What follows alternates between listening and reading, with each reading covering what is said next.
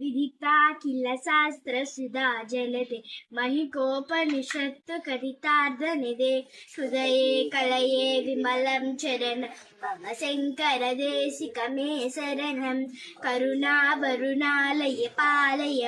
भवसागरदुःखविदूरहृदं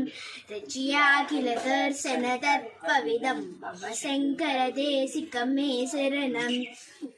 भवता जनता सुहिता भविता निजबोध विचारण चारुमते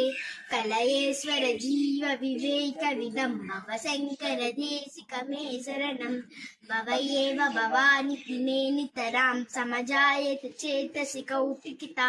मम वारय मोहमहाजलधिं भव शङ्कर देशिकमे शरणं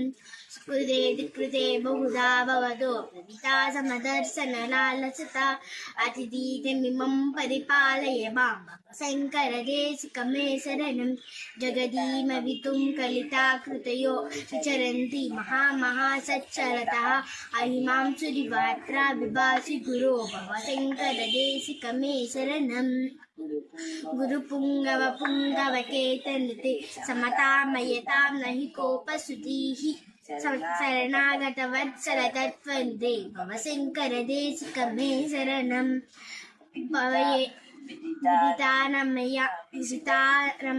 विशदैककला रसकिञ्चन काञ्चनमस्ति गुरु धृतमेव विदेहि कृपां सहजां भव शङ्करदेशिकमे शरणं हरिः ओं तत्सत्।